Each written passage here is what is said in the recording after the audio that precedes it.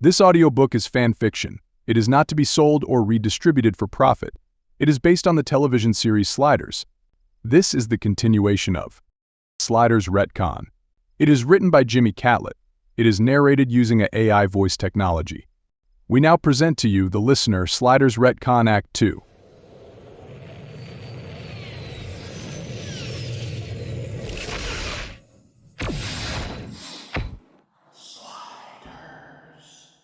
Chapter 4.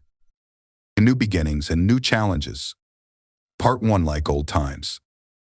A month had passed since Professor Arturo's return, and life at Quinn's house had taken on a semblance of normalcy. The house was a flurry of activity, with everyone focused on their various tasks. Arturo had settled into Quinn's house after discovering that his own home had been destroyed during the Cro-Mag occupation. Though he maintained his home on Earth Double Prime, he found solace in the company of his friends on Earth Prime. Arturo had set up a small study in one of the spare rooms, filling it with books, papers, and his personal belongings. He spent his mornings there, sipping tea and reading. The afternoons were dedicated to working with Rembrandt on their memoir, documenting their incredible journey through the multiverse. Arturo found comfort in routine. Each morning, he would wake up early, enjoy a quiet breakfast, and retreat to his study. The walls were lined with bookshelves, filled with volumes on quantum physics, history, and philosophy. Thus, his desk, cluttered with notes and papers, was where he spent most of his time. Rembrandt often joined him, bringing a fresh perspective to their documentation efforts. "Arturo, do you remember that world where we were all movie stars?" Rembrandt asked one afternoon, a hint of nostalgia in his voice. Arturo chuckled, adjusting his glasses. "Ah, yes, the world where fame came with a price. I believe you had a particularly enthusiastic fan base." Rembrandt grinned. "Yeah, and you had a cameo in one of my movies. Those were some wild times." Their conversations flowed naturally, each memory sparking another. Arturo's journals from Earth Double Prime provided detailed accounts, and together they pieced together a narrative that was both thrilling and poignant, capturing the essence of their journey. Part 2. Decoding the timer. The basement had become a command center of sorts, filled with the hum of computers and the glow of monitors.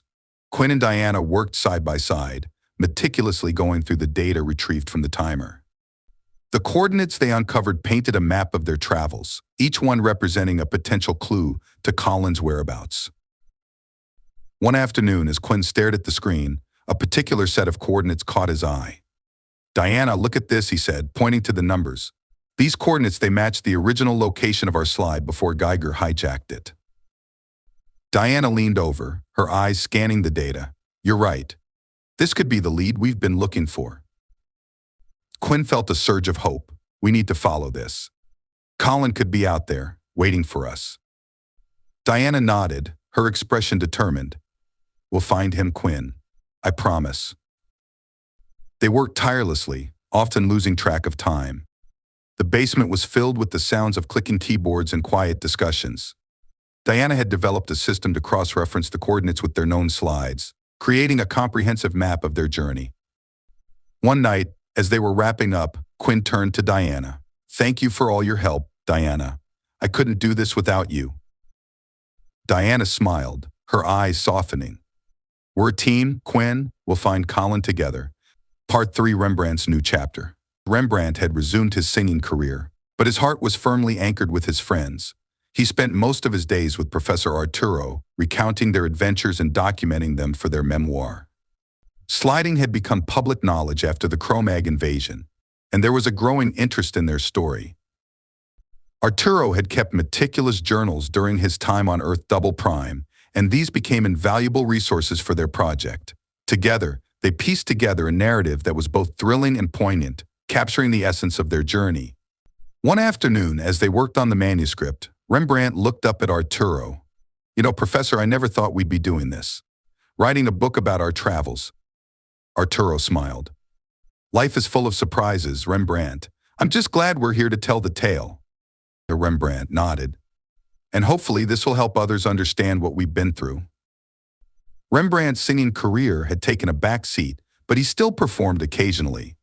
His fans were thrilled to see him back on stage, and he found joy in sharing his music.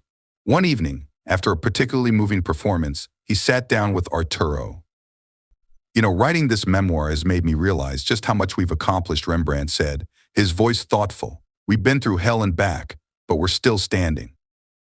Arturo nodded, his eyes filled with pride. Indeed, Rembrandt. Our story is one of resilience and hope. It's important that we share it with the world. Part 4, Investigating Cro-Mag Strongholds. Where Mallory and Curtis McCoy, a new addition to the team, were focused on a different task. They were investigating abandoned Cro-Mag strongholds, hoping to find valuable information and equipment left behind. Curtis, a brilliant computer science major who had briefly studied at MIT, had come to San Francisco during the occupation in search of his family. He had since become an integral part of their efforts. The Cro-Mags had left behind a wealth of technology, including sliding equipment and data. By networking the Cro-Mag computers with their own, Mallory and Curtis hoped to find coordinates to other occupied worlds.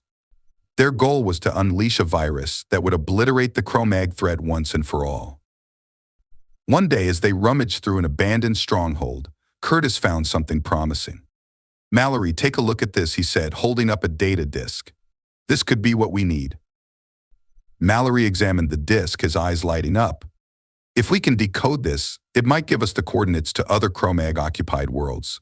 Curtis nodded. "And then we can deliver the virus and end their threat for good." They spent hours decoding the disk, working late into the night. The abandoned stronghold was eerie, with remnants of the Cro-Mag occupation scattered around. Mallory and Curtis worked well together, their skills complementing each other. Curtis had a knack for understanding the Cro-Mag technology, his background in computer science proving invaluable. Mallory, with his experience in sliding, provided insights into the practical applications of their findings. One evening, as they were packing up for the night, Curtis turned to Mallory. "I never imagined I'd be doing this, fighting back against the Cro-Mags, working with a team like this." Mallory smiled. "Neither did I. But here we are, making a difference." Curtis nodded, a sense of determination in his eyes. "And we'll keep going until we've wiped out every last Cro-Mag." Part 5, Developing Relationships. Amidst the chaos and the constant work, Quinn and Maggie found their bond deepening. Their shared experiences and mutual support had brought them closer together, and their relationship had evolved into something more than just friendship. Their bond had been forged in the fires of shared adversity. They had saved each other's lives more times than they could count, and their mutual respect had grown into something deeper. It was during quiet moments, away from the chaos, that they found solace in each other's presence. One evening, after a particularly grueling day, they found themselves alone in the living room. The others had retired for the night, leaving Quinn and Maggie to their thoughts. Maggie broke the silence first. "Quinn, we've been through so much together. I don't think I would have made it this far without you." Quinn looked at her, his eyes filled with warmth. "I feel the same way, Maggie. You've been my rock through all of this. I don't know what I would have done without you." Maggie reached out, taking his hand in hers. "I guess what I'm trying to say is I care about you, Quinn, more than I ever thought I could." Quinn squeezed her hand, a smile spreading across his face. "I care about you too, Maggie. A lot." Their relationship blossomed from that moment. They found themselves seeking each other out, whether it was during the long hours of work in the basement or during the quiet moments before sleep. Their connection provided a sense of stability and comfort amidst the chaos of their lives. One weekend, they decided to take a break from their work and spent the day in the nearby park. The sun was shining, and the air was filled with the sounds of children playing and birds singing. It was a stark contrast to the darkness they had faced for so long. As they walked hand in hand, Quinn turned to Maggie. "It's days like this that remind me there's still so much good in the world." Maggie smiled, leaning into him. "Yeah, it's nice to have a moment to just be." Quinn nodded, pulling her closer. "No matter what happens, we'll face it together." Their relationship grew stronger with each passing day. They became each other's confidants, sharing their fears, hopes, and dreams.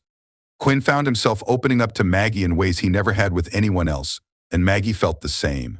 Their bond was tested on several occasions. One night they were called to an emergency meeting in the basement. Diana had discovered a critical piece of data that could change everything in their search for Colin. As they worked through the night, the stress and fatigue took their toll. Quinn was beyond tired. His eyes were dark and fraught with exhaustion.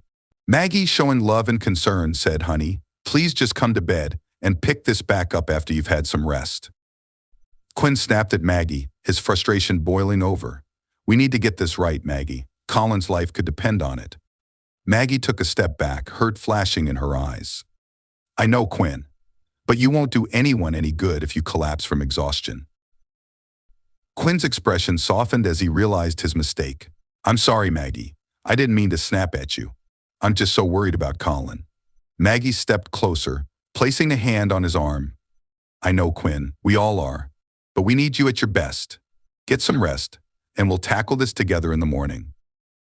Quinn nodded, appreciating her understanding and support. You're right. Let's get some rest. Their relationship continued to grow, becoming a source of strength for both of them. They found joy in the little things: a shared laugh, a quiet moment, a stolen kiss. It was these moments that kept them grounded, reminding them of what they were fighting for. Part 6, I'll lead on Colin. One morning, Diana approached Quinn with significant news. Quinn, among the coordinates we retrieved from the second timer, I found something, she said, her eyes bright with excitement. One of them matches the original location of your slide before Geiger hijacked it. Quinn's heart raced. Are you sure? Diana nodded. Positive. This could be where Colin is. Quinn felt a surge of determination. We need to follow this lead. We have to find him. Diana placed a hand on his arm. We will, Quinn. We'll find Colin. They immediately began planning the slide to these coordinates. The team gathered around the computer, reviewing the data and discussing their strategy. Every detail was scrutinized to ensure their success. Arturo and Rembrandt joined them in the basement, adding their insights and experiences to the planning process. We need to be prepared for anything, Arturo said. This could be our best chance to find Colin. Rembrandt nodded. We've faced tougher challenges before. We can do this. The sense of urgency was palpable. The entire team was focused on the mission, knowing that finding Colin was a top priority. Part 7, enhanced sliding capabilities. Diana had been busy over the past month, building 4 new timers, all equipped with the dial home feature. These timers allowed them to slide randomly or to specific destinations, thanks to the coordinates obtained from both their original and Chromag devices. This advancement significantly enhanced their sliding capabilities and strategic planning. Quinn marveled at the new timers. These are incredible, Diana. You've outdone yourself. Diana smiled. Thanks, Quinn. I just want to make sure we're ready for anything. The new timers were sleek and more user-friendly. Diana had incorporated feedback from the team, making adjustments to improve functionality and reliability. Each timer had a backup system, ensuring that even if one failed, they could still return home safely.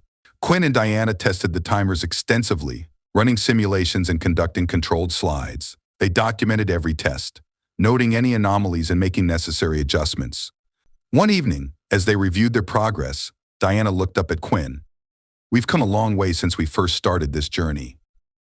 And Quinn nodded. And we've got a long way to go. But with these timers, we'll be ready for whatever comes next. Part 8, expanding operations. As their operations grew more complex, the team realized they needed more space. Quinn's basement, though familiar and functional, was no longer sufficient for their needs.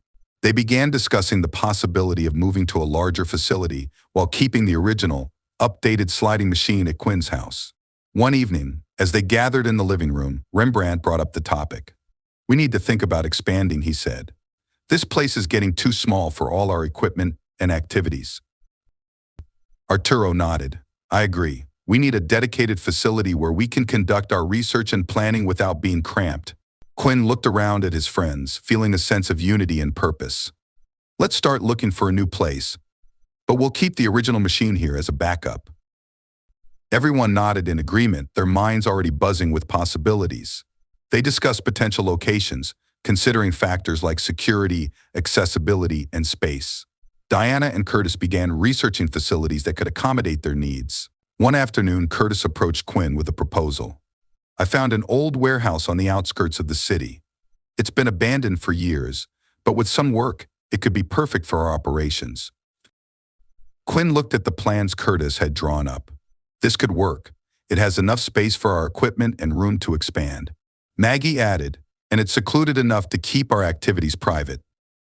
The team decided to visit the warehouse and assess its potential. As they walked through the empty space, they could see the possibilities. The high ceilings and open floor plan provided ample room for their sliding equipment, and there were several smaller rooms that could be used for offices and storage. Quinn turned to the group. "What do you think? Should we make this our new base?" Rembrandt nodded. "I think it's perfect. We can make it work." Arturo agreed. "This will give us the space we need to continue our work and prepare for future slides." The decision was made. They would transform the warehouse into their new headquarters, a place where they could continue their mission to protect and explore the multiverse. Chapter 5. Lost and Found. Part 1. Preparing for the slide. Quinn, Rembrandt, and Maggie stood in the newly established headquarters, their bags packed and the air buzzing with anticipation. The coordinates they had decoded from the timer suggested a world where Colin might have been sent. The preparations for this slide were meticulous, with everyone double-checking their gear and discussing the plan. Quinn looked around at his friends. "This is it. We're finally going to find Colin." Rembrandt clapped him on the back. "You got it, cue ball. Let's bring our brother home." Maggie, her eyes serious. "Let's do this." Meanwhile, Arturo prepared for his own journey. He had decided to slide back to Earth double prime to tie up some loose ends. He wanted to appoint a caretaker for his home and visit the grave of his late wife, Christina. It was a journey of closure for him, one that he needed to make before fully committing to their mission. "Take care," Professor Quinn said, shaking his hand. Arturo smiled. "And you, my boy, I'll see you soon." With that, Arturo activated his timer and stepped through the vortex, disappearing from sight. Part 2. Arturo's Journey. Arturo emerged from the vortex onto the familiar streets of Earth double prime. The city bustled around him, a blend of old and new architecture. He made his way to his home, a modest but comfortable house filled with memories of his time there. He spent the next few days visiting old friends and colleagues, explaining his situation and appointing a trusted friend as the caretaker of his home. It was a bittersweet task, but necessary for his peace of mind. One afternoon, Arturo made his way to the cemetery where Christina was buried. He stood before her grave, a simple but elegant headstone marking her final resting place. The flowers he had planted during his last visit were still in bloom, adding a touch of color to the somber scene. Arturo knelt by the grave, his heart heavy. "Christina, my love," he whispered, his voice thick with emotion, "I've come to say goodbye, at least for now. I have to continue this journey, but I wanted you to know that I still carry you in my heart." He spent a long time there, lost in his thoughts and memories. Tears flowed freely as he mourned her loss and reflected on the twists of fate that had brought him back to his friends. Finally, he stood up, placing a gentle kiss on the headstone. "Until we meet again," he said softly. Part 3. Sliding to a New World. Back at the headquarters, Quinn, Rembrandt, and Maggie activated their timer and stepped into the vortex. The familiar sensation of being pulled through a tunnel of energy enveloped them, and moments later, they found themselves standing in a world that seemed to be pulled straight out of medieval England. The air was crisp and filled with the sounds of a bustling market. People dressed in period clothing moved about, and the architecture was distinctly pre-industrial. The team exchanged glances, marveling at their surroundings. "This place is amazing," Maggie said, looking around in awe. Quinn nodded. "It looks like we've stepped back in time." Rembrandt grinned. "Well, let's find Colin and get out of here before we end up in some medieval dungeon." They spent several days exploring the town and gathering information. It wasn't long before they started hearing rumors of a wizard who lived on the outskirts of the village, an inventor whose creations defied explanation. The description matched Colin perfectly. Finally, they made their way to a small cottage at the edge of a forest. Smoke curled from the chimney, and the sound of clanging metal echoed from within. Quinn approached the door and knocked, his heart pounding with anticipation. The door opened, and there stood Colin, looking slightly older but unmistakably the same. His eyes widened in shock and joy. "Quinn, Rembrandt, Maggie, what are you doing here?" Quinn pulled his brother into a tight embrace. "We came to bring you home, Colin." The reunion was filled with laughter and tears as they shared stories and caught up on lost time. Colin explained how he had ended up on this world and how his inventions had led the villagers to believe he was a wizard. "It's been challenging," Colin admitted. "But I've made a life here. Still, I've missed you all so much." Rembrandt clapped him on the shoulder. "Well, it's time to come home, brother." Part 4. Curtis's First Slide. Meanwhile, back at the headquarters, Curtis and Mallory were preparing for their own mission. Curtis was eager for his first slide, his excitement palpable. "Ready for this, Mallory?" he asked, adjusting his gear. Mallory grinned. "Always. Let's see what this world has in store for us." They activated their timer and stepped into the vortex, emerging on a world from the catalog. The landscape was starkly different from Earth Prime, with towering mountains and dense forests. The two explorers set out, determined to gather as much information as possible. Curtis marveled at the new world. "This is incredible. I can't believe we're actually doing this." Mallory nodded. "It's what we do. Now let's find what we came for." Their journey was filled with challenges and discoveries, but they worked well together, their skills complementing each other perfectly. By the time they returned to headquarters, they had gathered valuable data that would aid in their mission. Part 5, a surprising reunion. Before leaving the medieval world, Colin took Quinn, Rembrandt, and Maggie to meet a friend who had been a fellow traveler on this world. He led them through the village to a small cottage nestled in the woods. "There's someone you need to meet," Colin said, a hint of excitement in his voice. As they approached the cottage, the door opened and a woman stepped out. Quinn's breath caught in his throat. It was Wade Wells, their old friend from Earth Prime. "Dear Lord, Wade." Rembrandt whispered, disbelief etched on his face. Wade smiled, tears in her eyes. "Hello, Remy, Quinn, Maggie. It's been a long time." The reunion was overwhelming. Wade explained how she and some others had used the Cro-Mag's own sliding equipment to escape to a new world. They had slid at random, hoping to find a place better than the one they had fled. It had brought them here, to this medieval world, where they had been living for over 2 years. Although with no return device, she had resigned herself to being there forever. "I thought I'd never see you again," Wade said, her voice breaking. Quinn hugged her tightly. There was no need to investigate any further. He could see in her eyes that she was, his Wade, the once young girl he called his best friend. "We thought you were gone, Wade. The seer had foreseen your death." Wade shook her head. "I don't know who this seer is, but I'm very much alive. And now it's time to go home." As they prepared to leave the medieval world, Quinn, Rembrandt, Maggie, Colin, and Wade shared a final meal with the villagers. The atmosphere was bittersweet as they bid farewell to the friends they had made during their stay. Colin packed up his inventions, making sure to leave behind instructions for those who might find them useful. Wade said her goodbyes to the people who had taken her in, grateful for their kindness. Quinn activated the timer, and the familiar vortex appeared. "Ready to go home?" he asked. Wade smiled, full of emotion, her eyes shining with tears. "Now that I'm with my family, more than ever." One by one, they stepped into the vortex, feeling the rush of energy as they were pulled through the tunnel. Moments later, they emerged in the new headquarters on Earth Prime, greeted by Diana, Mallory, and Curtis. They were, needless to say, perplexed by the new arrival. Quinn broke the silence. "Guys, this is our old friend Wade Wells." He glanced over at Wade and smiled. "Ain't life funny? I left to my brother and found both him and my sister." Wade gave a sheepish and almost embarrassed grin in his direction. She'd once had a crush on Quinn. Maybe more than a crush, but seeing him with Maggie made her heart happy. She knew they had been each other's support and had been through a lot together. She was glad of their bond. "Not many people can relate to what we do," she thought to herself. Besides, she has a secret of her own. Nobody had noticed the gentle touch she and Colin gave to one another as they exited the vortex, nor the kiss before entering it. "Welcome home," Diana said, hugging Wade tightly. "I've heard so much about you, I feel as if I know you," she continued. Curtis and Mallory looked on, their own recent adventure fresh in their minds. "It's good to have you all back," Curtis said. "And very nice to meet you, Wade." Colin. Mallory, having shared a consciousness with Quinn, stepped forward, his eyes wide with recognition. "I've seen you in Quinn's memories. It's incredible to finally meet you in person." Curtis, though unfamiliar with Wade, felt the significance of the moment. Wade smiled warmly at the group. "Thank you. It's good to be back, even if it's all a bit overwhelming." Part 6, reunited and ready. The reunion was filled with laughter and tears as they shared stories and caught up on lost time. The team felt more united than ever, ready to face whatever challenges lay ahead. Quinn looked around at his friends, feeling a deep sense of gratitude.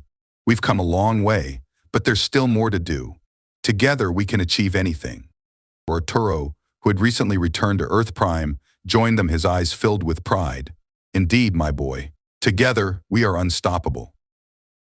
Miss Wells, I am so relieved to hear the tales of your untimely demise were, shall we say, greatly overstated, he said as he gave Wade a warm fatherly embrace. He cried, Wade, Quinn quipped. Rembrandt, reaching for a hug as well, said, We all did, girl. Losing you was rough. Just always know we love you, Wade. Oh, I love you guys too, she replied. Professor Arturo laid a friendly hand on Quinn's shoulder. Now, Mr. Mallory, where is this infamous brother of yours? I would like a word with him. Quinn replied, He's around here somewhere with Curtis. They were talking about setting up some of the upper offices of the warehouse as living quarters. Arturo smiled. Splendid idea, Mr. Mallory, splendid. I may look into that myself. I must admit, the quarters are getting a little close at your place. Not that I'm ungrateful, mind you. The conversation trailed off in a million directions. The rest of the evening was an exciting blur of making new friends and reconnecting with the old. As they settled into their new headquarters, the team felt a renewed sense of purpose. They were ready to continue their mission, exploring the multiverse and protecting those who needed their help. With Colin and Wade back in their ranks, they felt more complete. The challenges ahead were daunting, but they faced them with confidence and determination. To new adventures, Quinn said, raising his glass. To new adventures, the team echoed, their spirits high. This concludes Act 2 of Sliders Retcon. Thank you for listening.